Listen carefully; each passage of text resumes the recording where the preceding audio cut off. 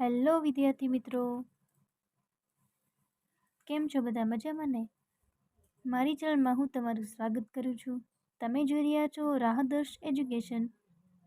હવે તમને ખબર પડી જ ગઈ છે કે આજે આપણે શું ભણવાના છીએ, તો કે પ્રકરણ 7 વિષય વિજ્ઞાન વિભાગ બી. એમાં સૌથી પહેલો પ્રશ્ન કંઈક આપણને આવો આપેલો છે કે તફાવત આપો. અંતર અને સ્થાનાંતર બંને વચ્ચેનો તફાવત આપણે આપવાનો છે. બરાબર, તો અંતરનું પહેલા લખીએ. ચલો, અંતર જે છે એ કેવી રાશિ છે, તો કે તે અદિશ રાશિ છે. કેવી રાશિ છે? અદિશ રાશિ છે. અને સ્થાનાંતર એ કેવી રાશિ છે, તો કે તે સદિશ રાશિ છે. કેવી રાશિ છે? સદિશ રાશિ છે. પછી બીજું જોઈએ, તે ગતિપથ પર આધાર રાખે છે. તે ગતિપથ પર આધાર રાખે છે. તો આ બાજુ શું લખવાનું, તો કે તે ગતિપથ પર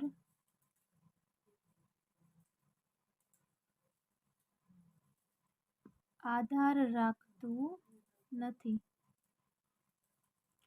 ત્રીજો મુદ્દો લખીએ, અંતર એ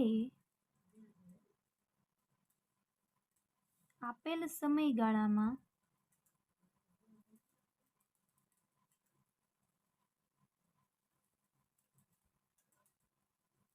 ગતિ કરતા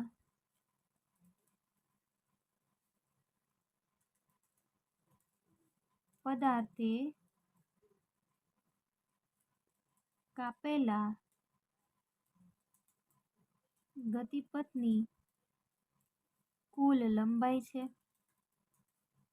જ્યારે સ્થાનાંતર શું છે, તો કે સ્થાનાંતર એ આપેલા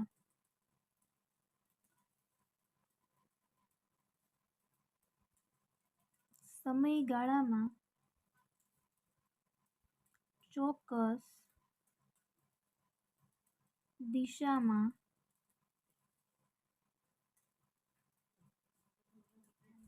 પદાર્થના સ્થાનમાં થતો ફેરફાર છે. બરાબર.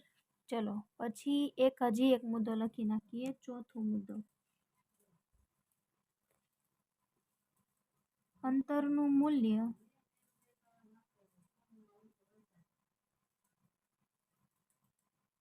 સ્થાનાંતર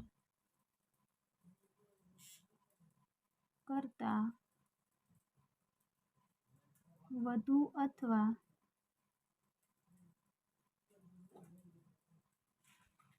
સ્થાનાંતર જેટલું હોય છે. આ બાજુ લખીએ કે સ્થાનાંતર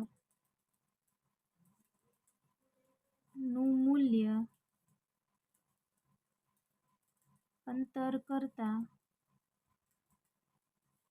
ઓછું અથવા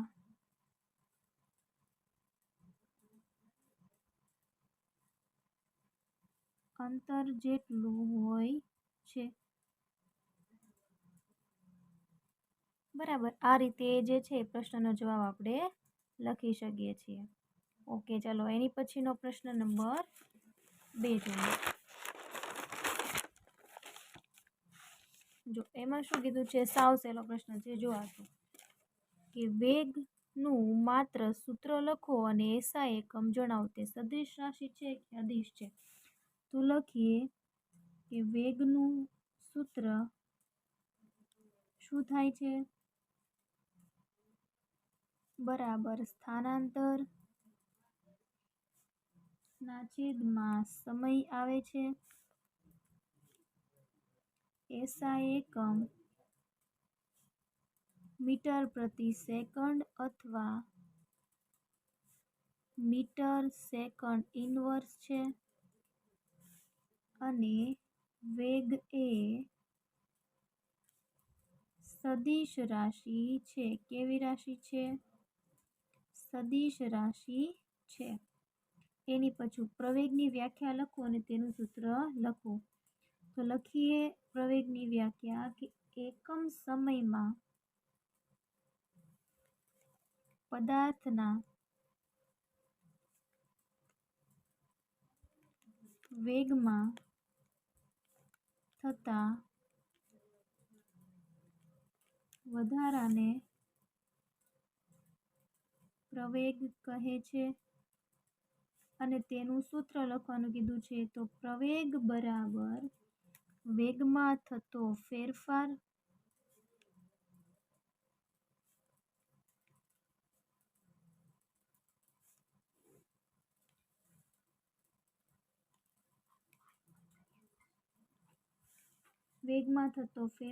એના છેદમાં સમય.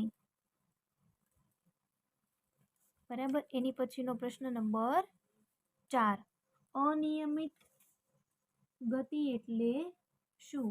તેનું એક ઉદાહરણ આપો. તો લખીએ ચલો. અનિયમિત પ્રવેગી ગતિ કીધું છે ને. ઓકે, હાલો. કોઈ પણ અથવા કોઈ પદાર્થના વેગનો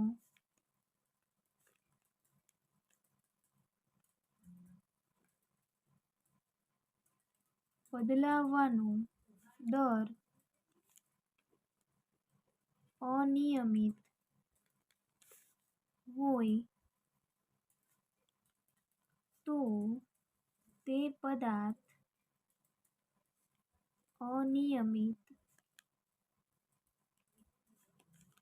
પ્રવેગી ગતિ કરે છે તેમ કહેવાય. હવે આપણને એવું કીધું છે કે ભાઈ કોઈ પણ એક ઉદાહરણ આપો. તો કે એક્ઝામ્પલ આપી દઈએ કે ટ્રાફિક વાળા રસ્તા પર વાહનની ગતિ. ટ્રાફિકવાળા રસ્તા પર વાહનની ગતિ એ તેનું ઉદાહરણ છે. એની પછીનો પ્રશ્ન નંબર 5. આપણને એવું કીધું છે કે પ્રવેગ અને પ્રતિપ્રવેગ. તો લખીએ ચલો બંને વચ્ચેનો તફાવત. પ્રવેગ અને પ્રતિપ્રવેગ.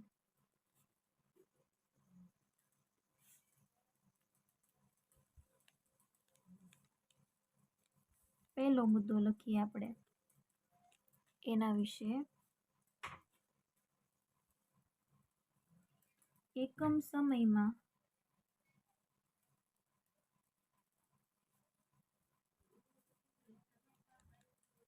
પદાર્થના વેગમાં થતા વધારાને પ્રવેગ કહે છે. આ બાજુ આપણે લખી શકીએ છીએ કે એકમ સમયમાં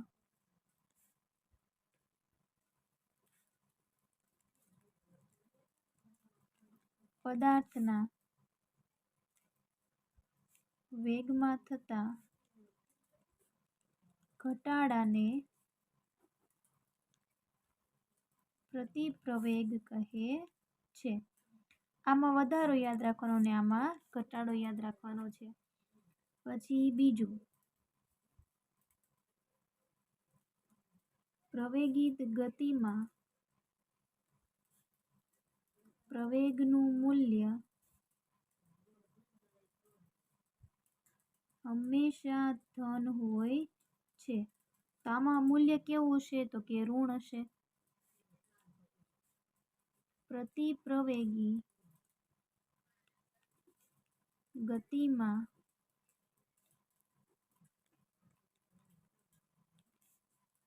પ્રવેગનું મૂલ્ય હંમેશા ઋણ હોય છે. ત્રીજો મુદ્દો લખીએ. 3 મુદ્દા બહુ થઈ ગયા. ત્રીજો મુદ્દો લખી નાખીએ. પ્રવેગની દિશા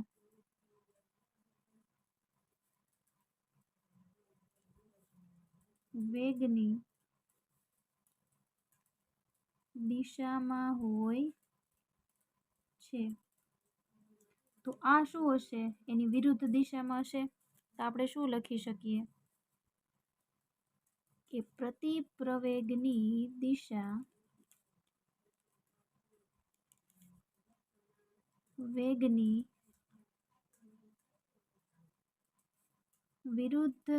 વિરુદ્ધ હોય છે. ચલો એની પછીનો છઠ્ઠો પ્રશ્ન. તફાવત આપો નિયમિત ગતિ અને અનિયમિત ગતિ. ઓકે, આપણે અહીંયા હેડિંગ મારી દઈએ નિયમિત ગતિ અને અનિયમિત ગતિ.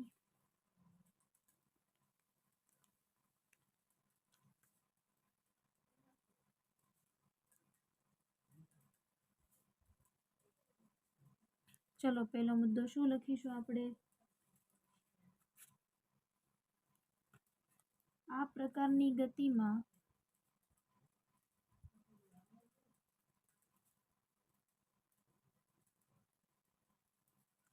પદાર્થ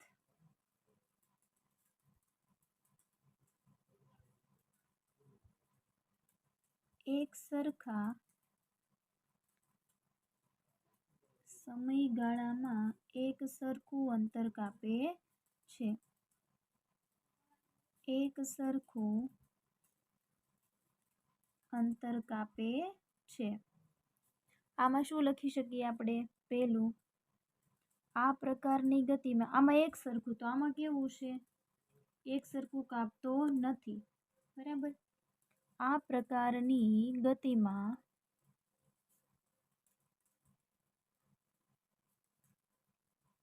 પદાર્થ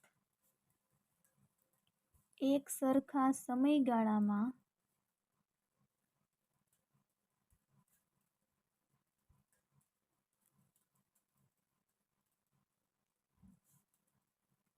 એક સરખું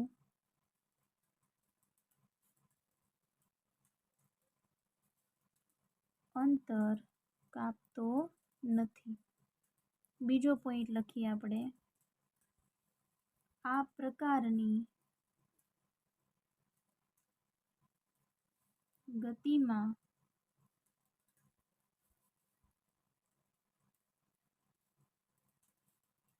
અંતર વિરુદ્ધ સમયનો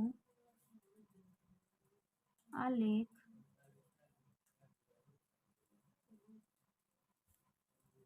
સુરેખ હોય છે. અને આમાં લખીએ, આ પ્રકારની ગતિમાં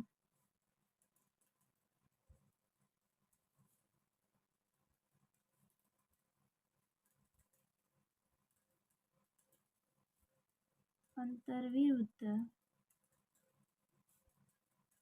સમયનો આલેખ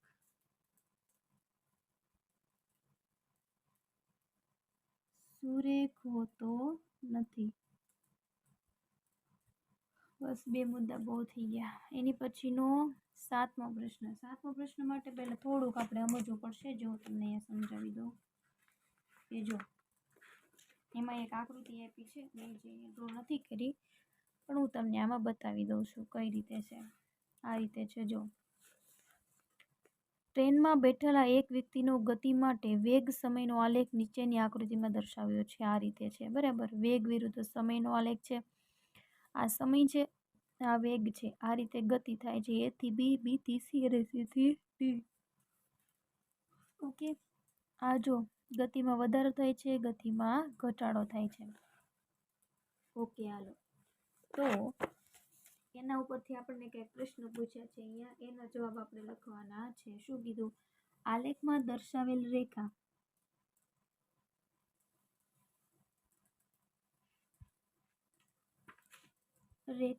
AB દ્વારા નિરૂપિત ટ્રેનની ગતિનો પ્રકાર. તો AB દ્વારા નિરૂપિત ગતિ, AB દ્વારા નિરૂપિત ગતિ કઈ છે? આ એક સરખા સમયગાળામાં વેગમાં થતો વધારાને શું કહેવાય? પ્રવેગ કહેવાય. તો કઈ ગતિ દર્શાવે છે? પ્રવેગી ગતિ દર્શાવે છે. તો લખીએ આમાં જવાબ શું આવશે? ગતિનો પ્રકાર કયો આવશે? પ્રવેગી ગતિ. એની પછી બીજું, રેખા સીડી દ્વારા પ્રદર્શિત થતો લિફ્ટની ગતિનો પ્રકાર. સી અને ડી અહીંયા છે. સી અને ડી. તો જો એમાં તમે અચળ ગતિ પણ લખી શકો છો, અને જો આપણે શું કીધું, એકમ સમયમાં પદાર્થના વેગમાં થતા ઘટાડાને તમે શું કહો છો, પ્રતિપ્રવેગ કહો છો. તો એની ગતિને શું કહેવાય, પ્રતિપ્રવેગી ગતિ. પ્રતિપ્રવેગી ગતિ તમે કહી શકો છો, અથવા હું બીજું કહી દઉં કે અચળ ગતિ પણ તમે કહી શકો છો. મેં બે રીતે આ લખ્યું છે, બરાબર. તમને જે યોગ્ય લાગે તમે લખી શકો છો. મેં મારા ખ્યાલ પ્રમાણે આ જવાબો લખેલા છે, તમે તમારી રીતે લખી શકો છો. પછી પ્રશ્ન નંબર 8 છે. તો એ પ્રશ્ન પહેલા વાંચીએ આપણે કે એક પદાર્થ 4 સેકન્ડમાં 16 મીટર અંતર કાપે છે, ત્યારબાદ 2 સેકન્ડમાં બીજું 16 મીટર અંતર કાપે છે, તો આ પદાર્થની સરેરાશ ઝડપ. બરાબર, ઓકે. ચલો, પદાર્થ દ્વારા કાપેલું કુલ અંતર કેટલું છે, 16 અને 16 32, એટલે લખવું પડશે ને, એ દાખલો ગણતા જઈએ. ચલો, કે પદાર્થ દ્વારા કપાયેલું કુલ અંતર બરાબર 16 + 16 બરાબર 32 મીટર, અને કુલ સમય કેટલો છે, ઓલામાં 4 સેકન્ડ છે, અહીંયા 2 સેકન્ડ છે, 4 ને 2 6 સેકન્ડ. તો સરેરાશ ઝડપનું સૂત્ર લખી નાખો. ચલો, તો લખીએ, સરેરાશ ઝડપ બરાબર કાપેલ કુલ અંતર એના છેદમાં કુલ સમય. કાપેલ કુલ અંતર કેટલું છે, 32, લાગતો સમય છે 6. બરાબર, ઓકે. હાલો, હવે 3 વડે કરી નાખીએ. 3 દુ 6, નહીં 3 વડે નહીં થાય, 2 વડે થશે. 2 તેરી 6 અને 16 દુ 32, એટલે 16/3 આવશે. બરાબર, પછી આ રીતે તમે કરી નાખો. 3 અહીંયા, 16 બાજુમાં. ચલો, 3 પંચા 15, એકડો વધ્યો, પોઈન્ટ લીધો, 0 લીધા. 3 તેરી 9, એક વધ્યા, પોઈન્ટ છે એટલે 0 લઈ લો. 3 તેરી 9, પછી આને જ રાખશે ને. બરાબર, તો તમે 5.34 જવાબ પણ લખી શકો છો, અને 5.33 જવાબ પણ લખી શકો છો. આપણે શું ગોઈતું છે, ઝડપ, એટલે એકમ શું આવશે, મીટર પ્રતિ સેકન્ડ. છેલ્લી લાઈન તમે શું લખવાના, કે ભાઈ સરેરાશ ઝડપ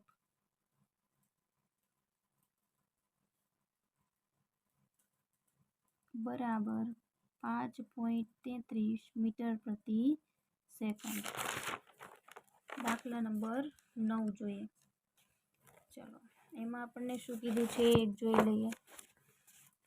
મુસાફરીના પ્રારંભના સમયે એક કારના ઓડોમીટરનું અવલોકન 2000 કિલોમીટર અને મુસાફરીના અંતમાં 24 કિલોમીટર દર્શાવે છે. જો આ મુસાફરી દરમિયાન લાગતો સમય 8 કલાક હોય તો કારની સરેરાશ ઝડપ કિલોમીટર પ્રતિ કલાક તથા મીટર પ્રતિ સેકન્ડમાં ગણો.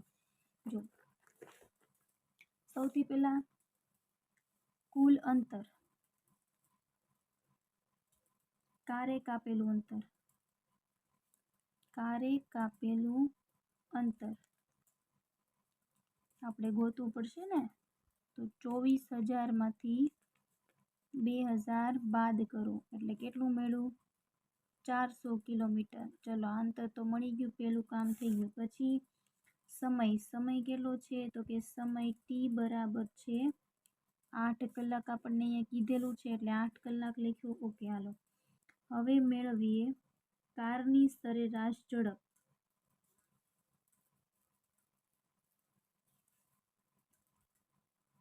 સરેરાશ ઝડપ બરાબર કુલ અંતર એના છેદમાં કુલ સમય. અમને આપણે પ્રશ્નનો દાખલો ગણો તો એવો જ છે. જો કુલ અંતર 400, સમય 8, 8 પંચા 40, 0 છે એટલે મૂકી દો. 50 કિલોમીટર પ્રતિ કલાક. હવે એણે શું કીધું? મીટર પ્રતિ સેકન્ડમાં ફેરવો. તો આને મીટર પ્રતિ સેકન્ડમાં ફેરવવું હોય તો 50 ગુણ્યા 1000 કલાક એટલે કેટલા કરવાના આપણે? 3600 સેકન્ડ થાય. 1 કલાકમાં કેટલી સેકન્ડ હોય? 3600. બરાબર, આ રીતે કરીએ તો અહીંયા કઈ રીતે ડાયરેક્ટ 500 કરી નાખું. ચલો 500 ભાગ્યા 36 તો 13.9 મીટર પ્રતિ સેકન્ડ. આટલો જવાબ તમને એમાં મળશે. તો એની સરેરાશ ઝડપ તમને કેટલી મળશે? તો કે જો આ રીતે કર્યું, કિલોમીટર પ્રતિ કલાકમાંથી ફેરવા માટે કિલોમીટર માટે ગુણ્યા 1000 અને કલાક. 1 કલાકમાં કેટલી સેકન્ડ હોય? 3600 સેકન્ડ. બરાબર, 0 0 નીકળી ગયા. 50 ગુણ્યા 100, 500. 500 ભાગ્યા 36 એટલે જવાબ આવશે 13.9 મીટર પ્રતિ સેકન્ડ. એની પછીનો 10મો પ્રશ્ન જોઈએ. ચલો 10મા પ્રશ્ન માટે તો કે અહીંયા તમને આકૃતિ આપી છે. પહેલાં તો એવું તમને સમજાવું, દેખાડું. જો ઓકે, મેં દોરેલી જ છે આકૃતિ. હાલો ત્યાં દેખાડવાની જરૂર નથી. ગતિમાન વાહનો એ છે અને પછી બી માટે વેગ વિરુદ્ધ સમયના આલેખો. જો એ અને બી આ રીતે છે. તો કયું વાહન ગતિ કરે છે તે બતાવો. જો એ અને બી બંનેની ગતિ અહીંયા દર્શાવેલી છે. બરાબર, પણ જો આપણે 10મો પ્રશ્ન છે એના માટે આપણે જોઈએ તો વાહન એ જે છે, બરાબર, એ આપણે લખી નાખો. હાલો લખતી જાઉં છું અહીંયા હું. વાહન એનો આલેખ બી કરતા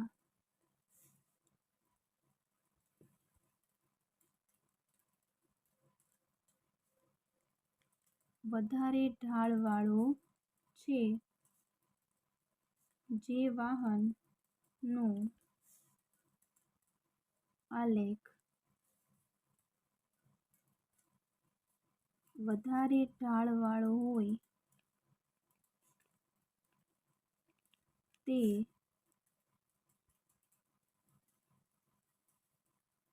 વધુ ગતિ કરે છે. તેથી વાહન એ વાહન બી કરતા વધુ પ્રવેગથી ગતિ કરે છે. મેં મારા ખ્યાલ અનુસાર, મારી સમજ પ્રમાણે મેં આ જવાબ લખેલો છે. બરાબર, કે વાહન એ જે છે એ વાહન બી કરતાં વધુ પ્રવેગથી ગતિ કરી રહ્યું છે. પછી 11મો પ્રશ્ન છે એ જો કાર એ અને કાર બી નું પ્રારંભિક સ્થાન જણાવો. કાર એ અને કાર બી. તો જો ચલો એના માટે તમને આકૃતિ બતાવવી પડશે મારે. જો અહીંયા આકૃતિ આપેલી છે. કાર એ અને કાર બી. કાર એ આ રીતે છે અને કાર બી જે છે એ આ રીતે છે. બરાબર, તો એ જે છે એમાં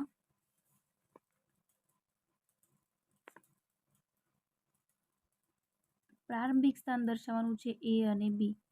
આ એની શરૂઆત અહીંથી થાય છે અને બીની શરૂઆત અહીંથી થાય છે. S1 S2 આ અંતર આપેલું છે. આ સમય આપ્યું છે T1 અને T2. આકૃતિ દોરાઈ ગઈ. હવે જવાબ લખીએ.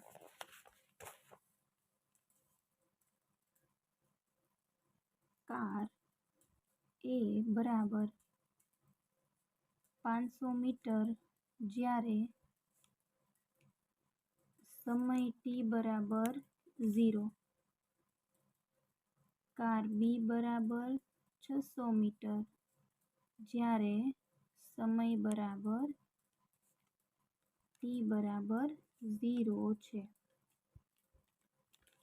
પછી બીજો પ્રશ્ન પૂછો, બંને કાર કયા સમયે અને ઉગમ બિંદુથી કયા અંતરે એકબીજાને મળશે?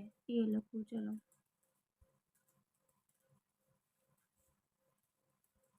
આલેખમાં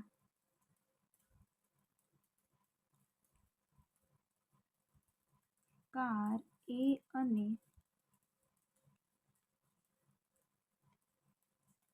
કાર બી નું આલેખ બિંદુ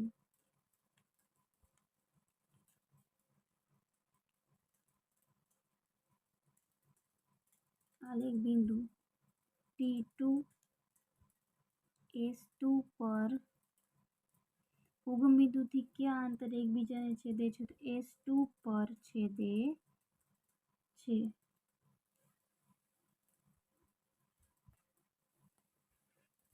બરાબર, T2 અને S2 પર.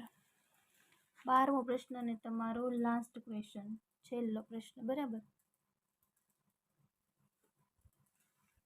ચલો રકમ પહેલા વાંચીએ. શું કીધું છે તમને એમાં? નિયમિત પ્રવેગી ગતિ અને નિયમિત પ્રતિપ્રવેગી ગતિ એટલે શું? તો જો હું તમને એક અહીંયા પ્રશ્ન બતાવી દઉં તમને. અહીંયા 7મો પ્રશ્ન જવાબ અહીંયા પ્રવેગી ગતિ લખ્યું છે ને, તો તમે એમાં નિયમિત પણ લખી શકો છો અહીંયા આગળ, કેમ કે એકમ એના સમય સરખો વધતો હતો એટલા માટે. તો અહીંયા પણ નિયમિત તમે લખી શકો છો.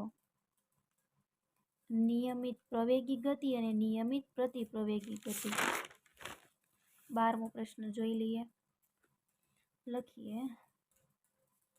પહેલા તો બંનેની વ્યાખ્યા લખશું ને. પહેલા નિયમિત પ્રવેગી ગતિ લખીએ. નિયમિત પ્રવેગી ગતિ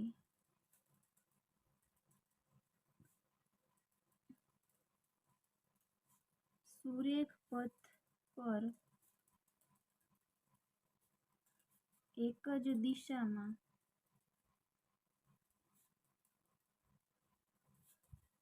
ગતિ કરતા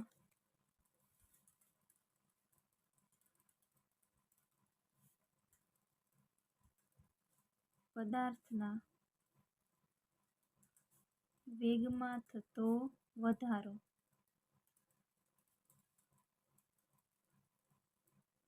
સમયના એક સરખા ગાળામાં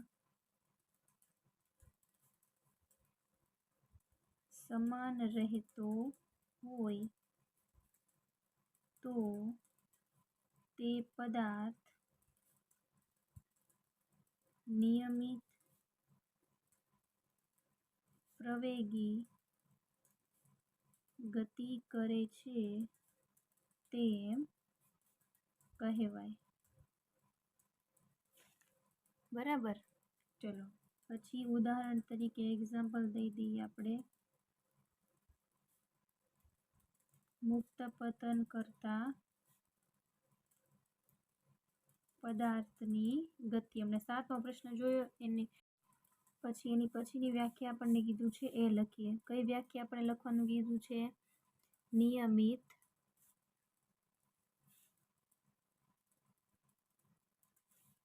પ્રતિપ્રવેગી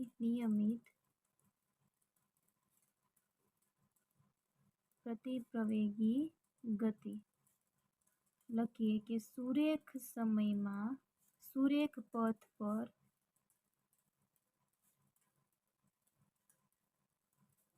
એક જ દિશામાં ગતિ કરતા પદાર્થના વેગમાં થતો ઘટાડો સમયના એક સરખા ગાળામાં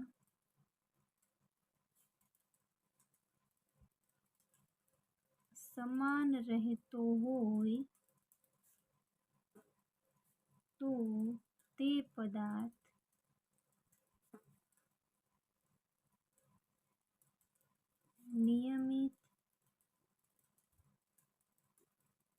અતિપ્રવેગી ગતિ કરે છે તેમ કહેવાય. એક્ઝામ્પલ દઈ દઈએ એકાદું. એક્ઝામ્પલ તરીકે ઉધ્વ દિશામાં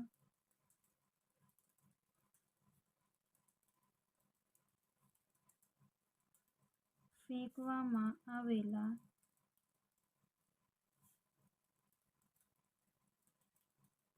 પદાર્થની ગતિ. ઓકે, આ બધા જ પ્રશ્નો અહીં પૂર્ણ થાય છે.